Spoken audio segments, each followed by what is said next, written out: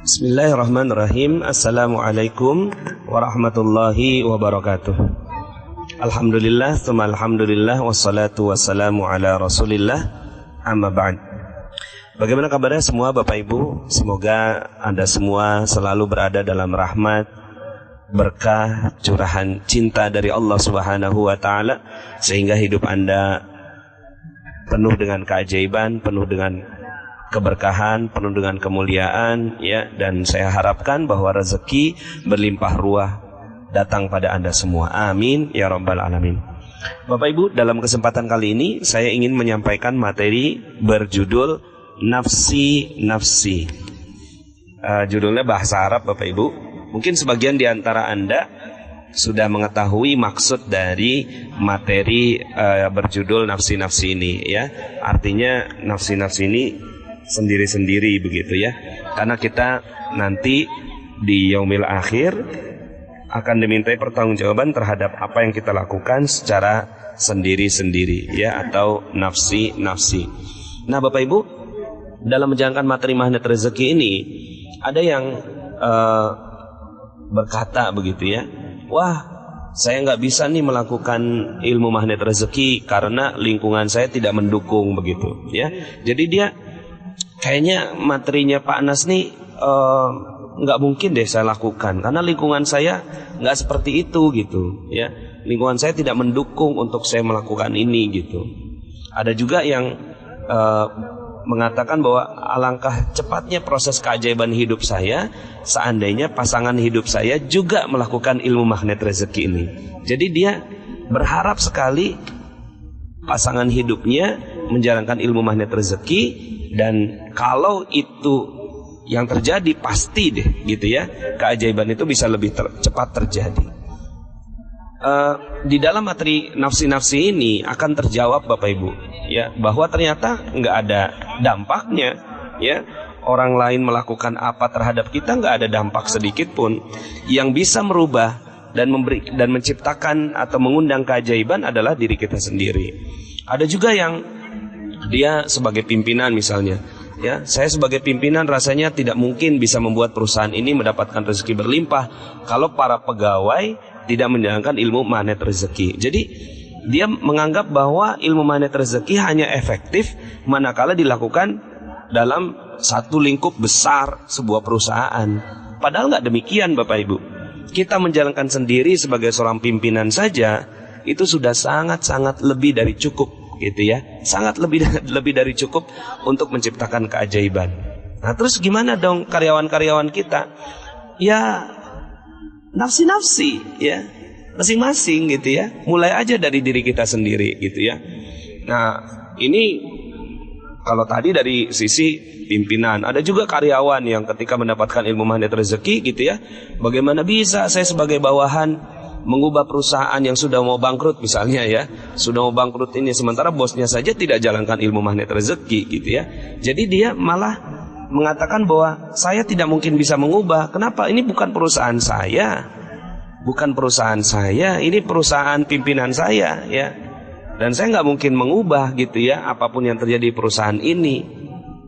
Ini juga pandangan yang tidak tepat Bapak Ibu, ya. Karena sebenarnya keajaiban di dalam diri kita, kekuatan yang ada di dalam diri kita itu lebih dari cukup untuk mengubah apapun yang ada di sekitar kita, termasuk mengubah perusahaan.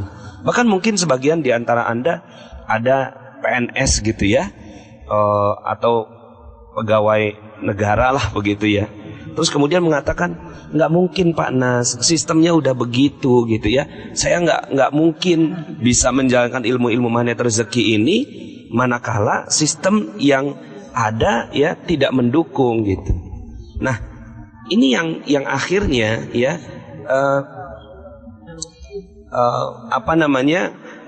belief seperti ini yang membuat akhirnya memang keajaiban tidak terjadi, ya. Keajaiban terjadi manakala kita memiliki belief yang kuat bahwa kita memiliki powernya, kita memiliki kekuatannya, kita memiliki otoritasnya untuk mengubah apapun yang ada dalam kehidupan kita, ya. Bukan orang lain yang mengubah kita, bukan lingkungan yang mempengaruhi kita, bukan sistem yang terbangun di sekitar kita yang memberikan pengaruh besar buat kita. Bukan sama sekali. Tapi yang memberikan pengaruh yang besar pada keajaiban diri kita adalah ya kita sendiri, ya. Di dalam rumah tangga misalnya ada juga yang mengatakan akhirnya setelah mengikuti materi magnet rezeki yang panjang begitu, terus kemudian dia katakan, oh saya jadi tahu nih kenapa rumah tangga saya seperti ini, ya, karena istri saya tidak jalankan ilmu magnet rezeki, gitu. Atau kebalikannya, karena suami saya tidak menjalankan ilmu magnet rezeki, ya. Jadi ilmu digunakan untuk justifikasi, ya, bahwa saya tidak punya powernya, gitu, ya. Akhirnya yang terjadi adalah, gitu ya, memang keajaiban itu tidak terjadi pada diri kita karena ya kitanya mengandalkan orang lain, lingkungan di sekitar kita, ya, untuk menjalankan ilmu ini, baru kemudian diri kita. Padahal kebalik Bapak Ibu, harusnya diri kita yang mendisiplinkan diri melakukan ilmu-ilmu magnet rezeki, baru kemudian kita menyebarkan ilmu ini kepada orang lain. Begitu Bapak Ibu, ya. Jadi di dalam banyak sekali materi yang saya sampaikan di kickback, ya, kemudian rahasia keajaiban, kok belum ajaib, itu saya menganjurkan Anda semua peduli dengan keajaiban orang lain. Tapi ini bukan berarti bahwa, ya, Anda tidak bisa melakukan itu kalau, gitu ya, orang lain itu belum berubah. Tidak, ya. Kepedulian kita terhadap keajaiban orang lain itulah yang merupakan kekuatannya. Tapi bukan berarti kalau dia berubah, maka saya akan berubah. Tidak, gitu ya. Jadi kepentingan kita terhadap orang lain, ya, untuk mendapatkan keajaiban adalah, ya, saat kita sudah menjalankan secara pribadi, mendapatkan manfaatnya, melihat keajaiban itu dalam kehidupan Anda, baru kemudian ajak orang lain untuk juga merasakan keajaiban yang kita alami, ya. Atau misalnya Anda pun belum mendapatkan keajaiban, kok saya nggak ajaib, ya, kemudian Anda lihat orang lain, biarkanlah, mudah-mudahan orang lain mendapatkan keajaiban terlebih dulu daripada saya. Ini yang benar Bapak Ibu, ya.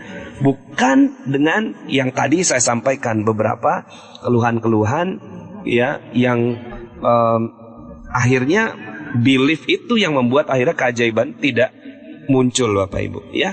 Maka, ya, yang butuh keajaiban kan kita, ya. Ya sudah, ya.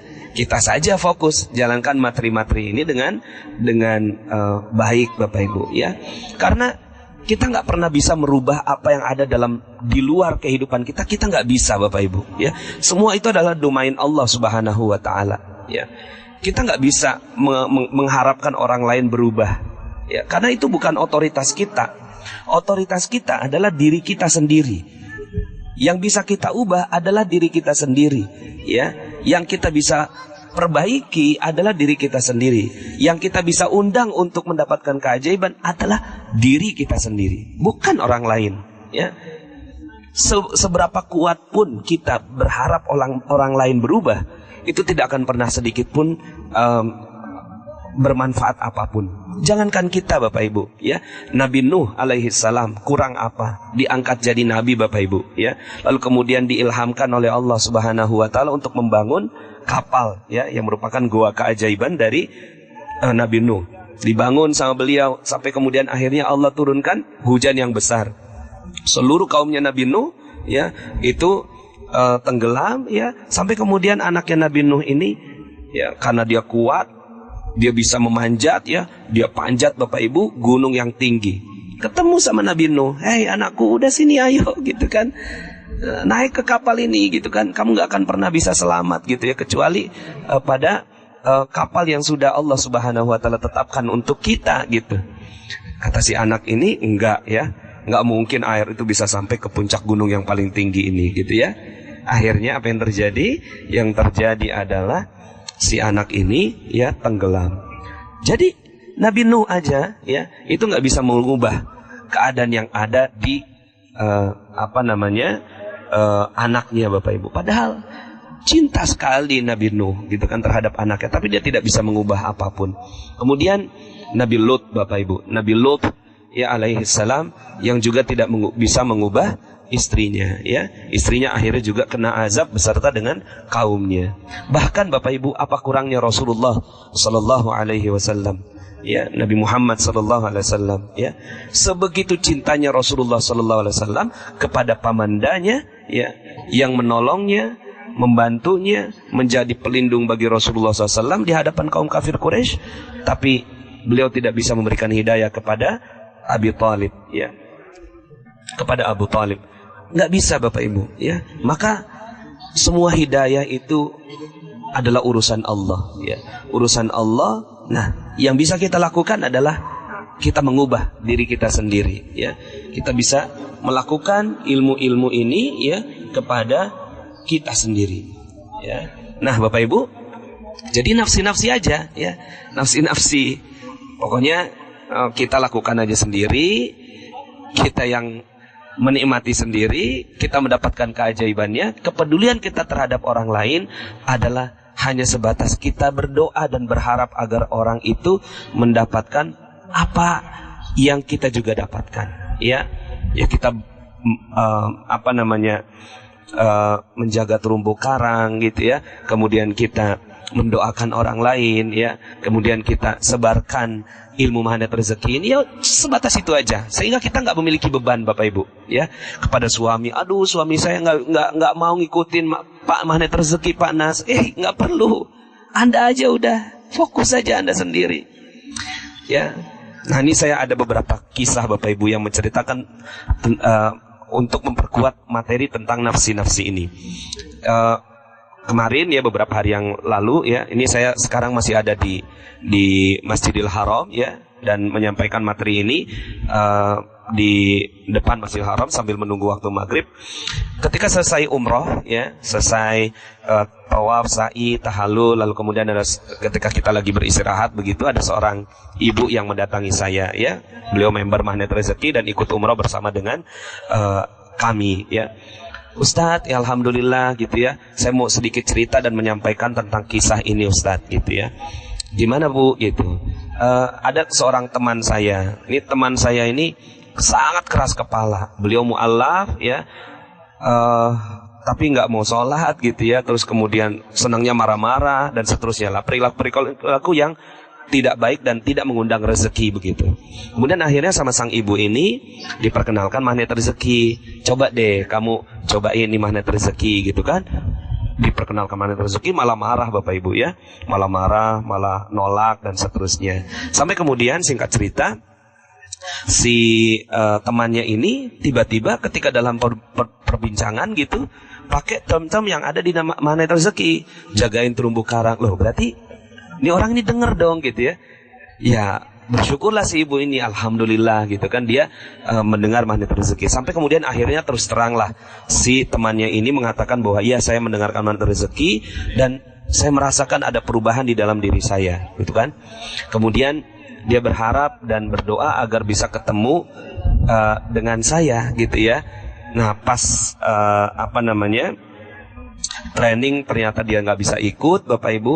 Terus kemudian pada saat pengajian dia juga nggak bisa ikut, dan akhirnya dia keburu dipanggil oleh Allah Subhanahu Wa Taala sebelum bertemu dengan saya, sebagai salah satu niatnya dia untuk bertemu dengan saya. Dan ketika meninggal dunia itu anaknya memberi kesaksian bahwa alhamdulillah bapak saya ini sekarang itu udah sholat gitu kan, udah sholat Jumat, subhanallah ya, dia bertemu dengan Allah dalam keadaan dia yang sedang berupaya memperbaiki dirinya dan mengubah seluruhnya. Nah kita lihat Bapak Ibu ya, dalam kisah ini sang ibu ini ya udah lakukan aja pada dirinya sendiri ya, kepada orang lain yang berada di temannya, sahabatnya ini ya hanya sekedar menyampaikan saja, nggak ada beban Bapak Ibu ya, nggak ada beban. Saya juga sedikit ingin ceritakan kisah kedua Bapak Ibu. Ini ada seorang manajer quality control di sebuah perusahaan pembuat keramik lantai. Dia 20 sekian tahun menjadi manajer ya. Sepanjang dia menjadi manajer itu, efektivitas atau kualitas dari keramiknya ya nggak pernah nyampe di angka nilai 90 tuh paling tingginya 100 gitu. Itu nggak pernah nyampe angka 90 ya. Kalaupun nyampe paling dari 4 alat cuma 1 gitu ya. Seperti itu ya. Kemudian dia ikut dalam training magnet rezeki, dan kemudian langsung seluruh pemikirannya berubah tentang kehidupan, rezeki, dan semua hal ya. Akhirnya dia ubah semua pola pikirnya, dan dia lakukan sendirian Bapak Ibu. Dia lakukan sendirian, belum juga ngasih tahu ke karyawan-karyawannya. Cuma pastinya ya, orang-orang yang sudah menjalankan ilmu-ilmu magnet rezeki ini secara tutur kata berubah, air muka berubah, kata-katanya berubah ya. Itu semuanya totalitas ya, terjadi perubahan-perubahan yang pastinya dirasakan oleh anak-anak buahnya, walaupun nggak menyampaikan tentang ilmu magnet rezeki. Dan ini Bapak ini menyampaikan kesaksiannya kepada saya, ajaib Pak Nas ya. Itu bukan hanya karyawan saya yang jadi jauh lebih mudah diatur gitu, tapi juga itu mesin ya. Dia ceritakan, kalau nggak salah ya Bapak Ibu, ini dia punya 4 mesin Bapak Ibu, 4 mesin pencetak gitu ya. Itu 3 mesinnya itu mencapai angka lebih dari 90% gitu ya. Subhanallah gitu kan. Saya belum pernah mengalami hal ini Pak Nas sepanjang kehidupan saya menjadi seorang manajer quality control ya. Luar biasa. Ternyata yang merespon itu bukan hanya manusia, yang merespon juga ya, termasuk di dalamnya bebatuan, air gitu ya, mesin, pabrik itu ya, dinding dari pabrik tersebut dan seterusnya. Jadi percaya saja Bapak Ibu, Anda memiliki powernya, Anda memiliki kekuatannya, yang Allah Subhanahu wa Ta'ala berikan kekuatan itu kepada Anda ketika menjalankan materi magnet rezeki. Dan akhirnya apa yang terjadi? Yang terjadi adalah kekuatan ini sedemikian besarnya sehingga membuat di sekitar Anda menjadi jauh lebih berubah. Sehingga akhirnya dengan belief ini Anda udah nggak perlu lagi mengandalkan orang lain yang berubah, lingkungan yang berubah, sistem yang berubah ya. Yang Anda perlu lakukan adalah disiplin saja, lakukan yang terbaik ilmu-ilmu ini, karena kita yang mau keajaiban, kita nggak mau orang lain yang mendapatkan keajaiban kan. Lakukan aja gitu kan untuk diri kita sendiri. Kisah ketiga Bapak Ibu ya, kisah ketiga ini yang sering saya alami ya. Artinya banyak orang yang datang ke saya itu curhat gitu ya, kemudian ingin mendapatkan solusi tentang kasus perselingkuhan begitu ya. Nah, misalnya nih suami, ini ada seorang istri ya, suaminya itu suka dengan wanita lain begitu ya. Terus kemudian dia bertanya ke saya, bagaimana Pak Nas gitu kan, itu kan gimana cara ngerubahnya gitu kan, apa yang harus saya lakukan gitu. Kemudian saya menyampaikan kepada beliau tentang ilmu-ilmu magnet rezeki, dan lakukan aja sendiri ya, lakukan ibu sendiri gitu ya. Nggak usah mengharapkan suami berubah, nggak usah mengharapkan si wanita idaman lainnya itu ya berubah. Nggak usah mengharapkan apapun berubah dalam keadaan seperti ini. Yang perlu dilakukan adalah bagaimana si ibu ini bisa berubah aja sendiri gitu ya. Lakukan aja nafsi ya. Lakukan ilmu magnet rezeki ini dengan disiplin ya, berinvestasi dengan apa? Berinvestasi dengan sesuatu yang sangat keras Bapak Ibu terhadap diri sendiri ya. Bismillah gitu kan, tekadkan dengan kuat gitu. Akhirnya perlahan-lahan apa yang terjadi Bapak Ibu? Yang terjadi ini dalam banyak sekali kasus, ya, bukan hanya 1 2 Bapak Ibu, saya menghadapi banyak sekali kasus ini, ya. Tiba-tiba suaminya berubah Bapak Ibu, ya. Suaminya tiba-tiba berubah, wanita yang ada di sana di ujung sana berubah, ya. Entah bagaimana Allah Subhanahu wa Ta'ala mengatur. Ketika kitanya sudah begitu kuat di dalam menjalankan materi magnet rezeki ini, maka Allah yang mengatur seluruhnya. Allah yang mengatur seluruh kehidupan kita, sehingga akhirnya sang suami balik kembali, gitu ya. Terus kemudian mereka menjadi rujuk lagi, gitu ya, menjadi kehidupan yang lebih baik lagi. Nah, jadi Bapak Ibu, nafsi-nafsi, ya, nafsi-nafsi, lakukan aja, ya, sendiri, ya. Nggak usah menuntut orang lain berubah, nggak usah menuntut lingkungan berubah, nggak usah menuntut bos berubah, nggak usah menuntut negara ini berubah, nggak usah menunggu presiden diganti, Bapak Ibu, nggak usah menunggu apapun yang terjadi dalam kehidupan kita. Mulai saja, ya, dengan diri kita, ya, nafsi, lakukan aja pada kehidupan kita sendiri, maka tiba-tiba, ya, seluruh kehidupan Anda berubah. Jadi Bapak Ibu, nafsi-nafsi, ya, nggak usah mengharapkan orang lain, ya, nggak usah lagi, aduh Pak Nas, ini kok suami saya begini, kok istri saya begini, ya gimana ya, kok saya nggak mungkin bisa menjalankan materi ini sendirian. Enggak kok. Ini ilmu ini, ya, karena bukan ilmu dari saya Bapak Ibu, ini ilmu dari Allah Subhanahu wa Ta'ala, ya.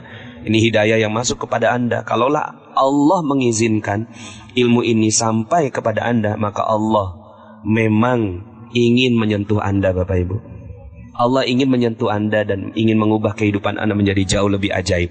Ya, syukuri itu, ya, syukuri dan akhirnya jalankan dengan baik, maka insya Allah Allah yang mengatur seluruh alam kehidupan Anda menjadi jauh lebih baik.